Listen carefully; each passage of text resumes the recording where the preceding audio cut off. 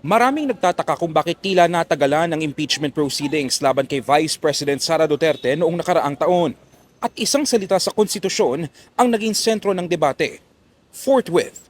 Ginamit kasi ito sa probisyon ng 1987 Constitution na nagsasabing dapat magsimula ang impeachment trial sa Senado kapag naisumite na ang Articles of Impeachment. Pero sa pinakahuling desisyon ng Supreme Court, mas naging malinaw ang kahulugan nito.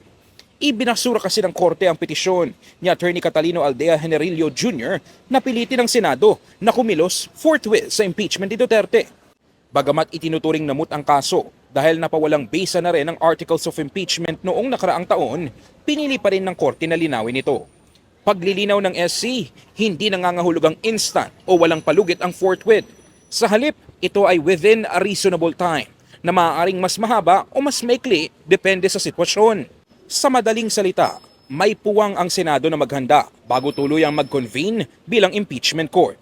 Pero pagbibigay diin ng Supreme Court, kailangan pa rin itong iwasan ang undue delay, lalo na't ang impeachment ay isang mekanismo na pananagutan ng mga opisyal sa publiko. Pero hindi lahat ng maestrado ay sang-ayon sa pagbasa ng forthwith. Para kay Senior Associate Justice Marvic Leonen, dapat ay literal na ipinatutupad ang pag-convene ng impeachment court at hindi lamang dapat ang Senate President ang dapat nanguna sa pag-oorganisa ng proseso. Hindi mananaig ang kanyang pananaw. Nag-iwan ito ng mahalagang tanong. Hanggang saan nga ba ang hangganan ng reasonable time pagdating sa pananagutan ng mga nasa kapangyarihan? In the heart of changing lives, ako si Brigada Ino Flores ng 105.1 Brigada News FM Manila.